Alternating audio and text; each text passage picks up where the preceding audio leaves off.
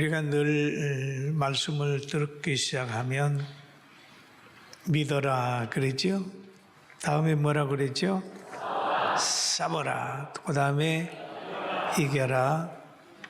영원히 행복하라. 그런데 뭘 믿어야 되느냐 하면 주님의 존재를 믿어야 되는 거죠. 하나님이 우리를 구원하기 위하여, 나를 구원하기 위하여 보내신 예수님을 믿는 거예요. 또 하나님께서 성경을 통하여 약속하신 선지자와 사도들과 예수님으로 통하여 약속하신 약속을 믿는 거예요. 그리고 영원한 천국을 믿는 겁니다. 그래서 이 믿어라고 하는 말 속에는 그게 다 들어있어요. 싸우라고 하는 말은 어둠과 거짓의 영과의 싸우라는 거예요. 거짓말과 위장술에 속지 말라는 거예요. 빛과 진실과 성령의 역사로 싸우라는 거예요. 그리고 이기라는 겁니다. 사탄과 귀신과 악령을 이기고 주의 능력을 힘입어서 이긴 자의 후예로 살아가라는 거예요. 그리고 영원한 행복 보장받은 은혜에 감사하며 그의 그 하나님의 나라의 그 긍정에 대한 기대를 가지고 매일 온전히 기뻐하며 살아가라고 하는 말씀이, 그리고 세상에 살아가면서 공간에는 빛이 되고 어떤 물질계에서는 소금이 되고, 그리고 영계에서는 영생하는 사람으로 저 천국을 바라보면서 하나님이 예비하신 면류관을 받기 위하여 날마다 거룩한 삶을 살면서 길삼하라는 말을 하는 거죠. 그런데 오늘 설교 제목을 보면은 온전히 담대하라라는 말씀이 있어요. 온전히 담대하라. 그런데 본문에 보면은 나의 간절한 기대와 소망을 따라 아무 일에든지 부끄러워하지 아니하고 지금도 전과 같이 온전히 담대하여라는 얘기를 합니다. 지금도 전과 같이. 그러면 지금은 어디입니까? 바울 사도가 편지를 쓰는 그 장소가 로마 감옥이에요. 지금도 전과 같이. 그러니까 사람을 보면은 어떤 환경에 지배를 받게 돼 있어요. 감옥에 가면 기죽고, 힘 있는 사람이나 무서운 사람 만나면 두려워하고, 좋은 일이 있으면은 교만하고 뭐 그러잖아요. 매일 환경에 지배를 받는데, 바울 사도는 밖에 있든지 안에 있든지 간에 늘 영적으로 충만해서 그리스도를 힘입고 살면서 기죽지 않았어요. 그래서 지금도란 말, 지금도 전과 같이 온전히 담대하여 그랬습니다. 여러분, 이 담대하라고 하는 말 귀한 거예요. 싸움이나 무엇 일을 하기 전에 가져야 하는 마음이 있는데 그게 담대함입니다. 담대함. 한번 따라합니다. 담대하라. 담대하라. 담대하는 거죠. 그런데 성경 구약에도 보면은 이 담대하라고 하는 말이 나와요. 모세가 이스라엘 백성을 이끌고 이제 출애굽해가지고 홍해 건너서 가나안으로 가는 길입니다. 강야 지나서 지금 가나안에 들어가야 된단 말이에요. 근데 가나안에 들어가면 원주민이 있어가지고 참 광야에 지친 백성으로 그들을 이기기에는 굉장히 힘들어요. 그런데 모세가 사역이 끝난 다음에 그의 시종 여호수아가 다시 모세를 이어서 지도자가 됩니다. 그럴 때 모세가 여호수아에게 한 말이 있어요. 그 말이 여호수아 1장 9절에 보면 내가 너에게 명한 것이 아니냐? 강하고 담대하라. 두려워하지 말며 놀라지 말라. 너가 어디로 가든지 내 하나님 여호와가 너와 함께 하느니라 하시니라. 그러니까 여기에서도 보면은 강하고 담대하라 하나님. 지쳐있는 백성들 가지고 그 원주민들과 싸우게 하고 이기려고 하면 환경을 보면은 날마다 안 되는 거잖아요. 그러니까 강하고 담대한 힘이 있는데 이 강하고 담대함이 복음에서 나와야 되고 진리에서 나와야 되고 하나님을 믿는 믿음에서 나와야 돼요. 할렐루야. 이 세상의 것을 믿으면 실망할 수 있어요. 우리나라가 미국을 믿든지 다른 어떤 나라를 믿어가지고 되는 게 아니고 우리는 전능하신 하나님을 믿는 믿음을 가지고 나라도 세우고 가정도 세우고 자기를 세워가야 흔들림이 없습니다. 할렐루야. 그래서 담대하라라고 했어요.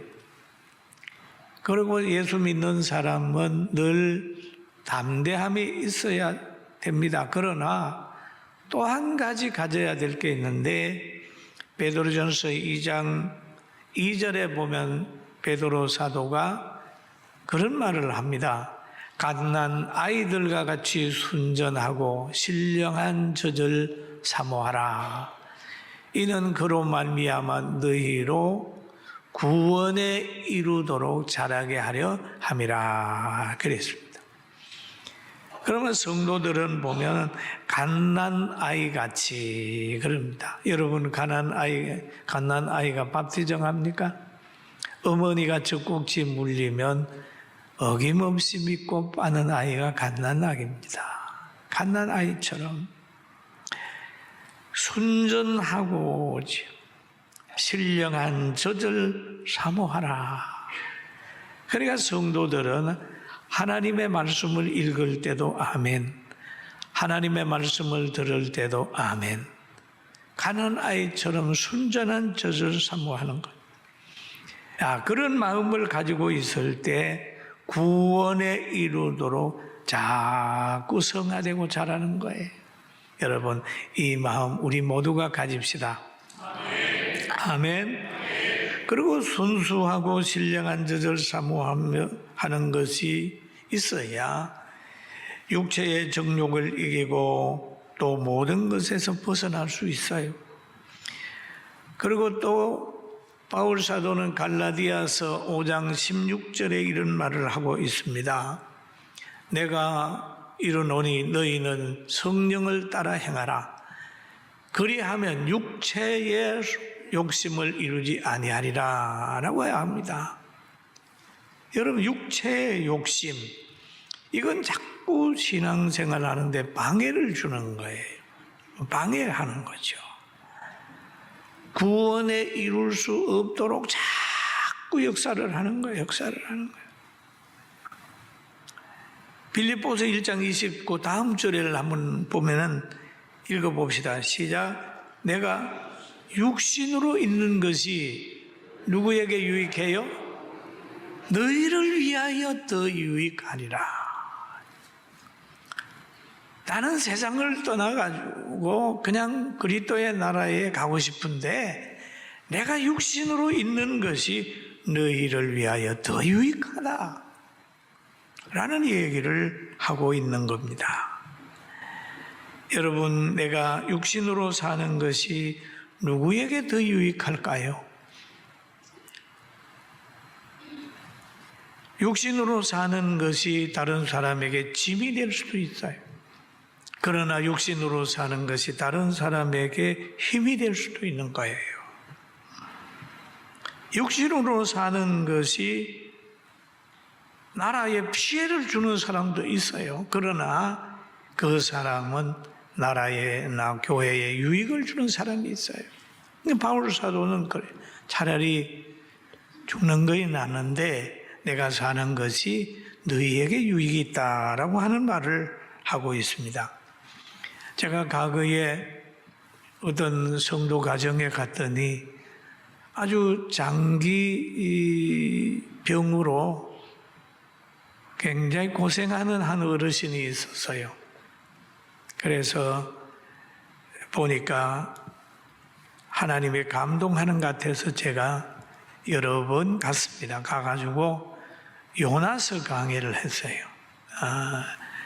요나에 대해 쭉 얘기를 하다가 보니까 예수님을 영접한 다음에 그의 눈에서 눈물이 흘러요. 그리고 며칠 후에 갔더니 목사님, 제가 요나입니다. 내가 살아있음으로 인하여 우리 가정이 엄청 어렵습니다.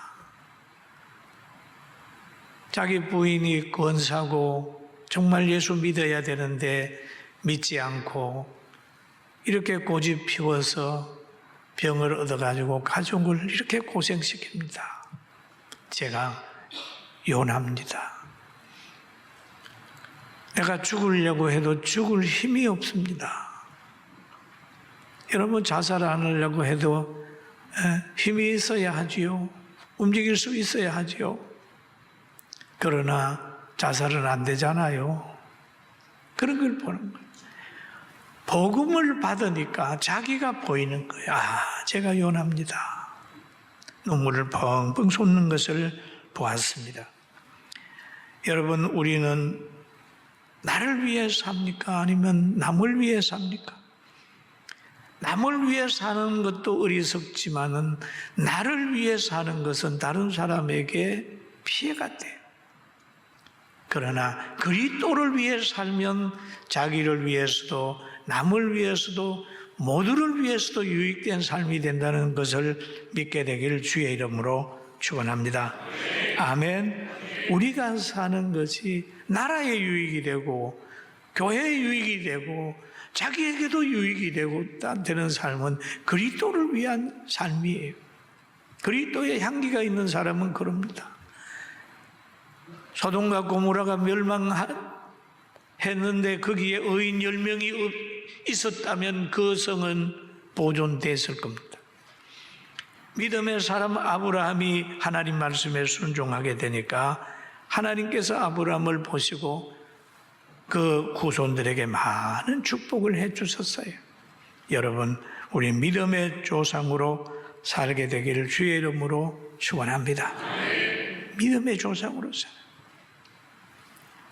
그리고 우리나라도 보면은 이 어려운 모든 것들이 나중에는 합력하여 선을 이룰 수 있는 환경이 될 수도 있어요. 할렐루야. 저는 오래전에 상당히 오래됐습니다. 신방을 했어요. 신방을 또 가니까 어느 집에 가니 권사님 한 분이 치매가 걸렸어요. 사위를 보고도 못 알아봅니다. 오히려 아저씨라고 그러고. 가족을 보니까 참 그것만은 걸리지 말아야 돼. 가정이 엄청 고통을 당해요.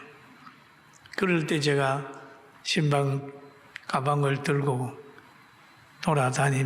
다니다가 요양원을 그날로 건물 얻어가지고 사가지고 시작을 한 것이 코로나 전때 우리가 문 닫았지 않습니까? 참 가서 이렇게 환경을 보면 변화가 되는. 전 우리 대한민국도 보면은 이런 어려운 모든 문제를 통하여 미래의 더 아름다운 환경이 되겠다라고 하는 기대를 해봅니다. 할렐루야. 네, 그런 받으시오. 지금 대통령을 붙들고 감옥에 견학시키고 다 시키고 헌법재판소에 가서 재판하는 거 이렇게 다 보게 만들고 누가 애국자인지 누가 법을 지키는 건지 뭔 건지 다 견학하게 만들어 가지고 회복시켜주면 제가 치매 걸린 권사님 보고 요양원 만들듯이 잘못된 게 보여지면 그 바꿀지 누가 알아요? 다 하나님의 섭리는 모르는 거예요. 다 잘못된 거 드러나게 되면 미래에 아이들이 정신 바짝 차리고 한국 사람 정신 차리고 자유 대한민국 소중함을 알고 미래도 아름답게 만드는 그런 때가 분명히 올 줄로 믿습니다. 난 그걸 그렇게 믿고 있어요. 하나님이 하시는 것은 인간이 상상하지 못할 정도로 만들어요. 다 만듭니다. 여러분 실패할 때 여러분을 진정 사랑하는 사람이 누군지를 알잖아요. 여러분 성공자만 실패하지 않고 사는 사람은 진실한 사람, 진정한 친구를 잘 못 찾아요. 그러나 한번 실패해보면 진정 자기의 존재를 알고 따르는 사람을 알게 되는 거죠. 오늘 바울 사도가 그런 말을 하잖아요. 내가 사는 것이 너희에게 유익이라 라는 말씀을 하면서 또 이렇게 합니다. 빌립보서 2장 26절에 그 1장 25절에 이렇게 얘기를 합니다. 내가 살 것과 너희 믿음의 진보와 기쁨을 위하여 너희 무리와 함께 거할 이것을 확신하노니. 진보, 무리와 함께 거할 이것을 확실히 아노니. 믿음의 진보, 믿음의 진보. 바울 사도가 로마 감옥에 있는 그것이 크게 믿음의 진보를 이룰 수 있는 환경이 됐어요. 왜? 그 로마 감옥에서 뭐를 쓰냐? 빌립보에다가 편지를 썼잖아요. 에베소에다가 편지를 썼어요. 그러면 그때의 감옥에 앉아서 편지 쓴 것을 2000년이 지난 오늘 우리가 이것을 읽으면서 은혜를 받고 있는 거예요. 할렐루야. 믿습니까? 복음의 진보가. 그래서 이것이 옥중서신이잖아요. 그 감옥에서 성화도 이루어지지만은 복음의 진보하는 것은 성경을 깊이 보면 맞아. 어려움이 있을 때마다 바울은 많은 복음의 진보가 있었어. 그리고 또 보면은 그러잖아요. 내가 다시 너희와 같이 있으므로 그리스도 예수 안에서 너희 자랑이 나로 말미암아 풍성하게 하려 함이라. 너희의 자랑이 나로 말미암아 풍성하게 하려 함이라. 참 귀한 말씀을 했어요. 여러분 고린도 교회나 빌립보 교회나 늘 모이면 그러잖아요. 야, 우리 바울 사도를 통해 이거 배웠어. 그렇죠. 그런 것처럼 여러분 교회가 여러분의 자랑거리가 되고 우리 장로님이나 권사님이 우리 성도들의 자랑거리가 되고 목회자가 자랑거리가 되고 교회가 자랑거리가 된다면 여러분 복이에요. 할렐루야. 우리 교회 좋은 교회야. 자랑거리. 아이들에게는 부모가 자랑거리가 된다면 얼마나 좋겠어요. 성도들은 교회가 자랑거리가 되면 얼마나 좋겠어요. 그러니까 바울 사도는 말하기를 예수 그리스도 안에서 너희 자랑이 나로 말미암아 풍성하게 하려 함이라. 그럼 바울을 통해서 자랑될 게 뭐 있을까요? 신유가 나타나고 진리가 나타나고 이런 것들. 야, 우리 바울 선생님이 이렇다 그러잖아. 그러면 이제 그 외에도 보면은 나타나 있어요. 바울 설도를 통하여 고린도 교회 성도들에게 그리스도의 향기가 나타나고 또 잘 배운 그들이 그리스도의 편지로 세상에 보여지는 그런 모든 문제, 모든 것이 합력하여 선을 이루게 되는 그런 사건들을 볼 수가 있어요. 사랑하는 성도 여러분, 오늘도 온전히 담대하게 복음의 사람이 되고 행복한 사람이 되기를 주의 이름으로 축원합니다. 여러분 할 수 있어요. 아멘. 우리나라 하나님이 붙들어 주고 있어요. 아멘. 여러분 믿음으로 살게 되면 무너지지 않아요. 사업 안 된다고요? 사업 안 되는 그 기간 동안에 영적으로 올라설 수 있는 기회 하나님 만들어 줄 거예요. 만들어 줘요. 복음의 진보를 이루기 위해서 하나님 역사할 거예요. 오늘 이 시간 이후에 여러분 교회를 통해서 여러분의 자랑이 있고 예수님이 여러분의 자랑거리가 되기를 주의 이름으로 축원합니다.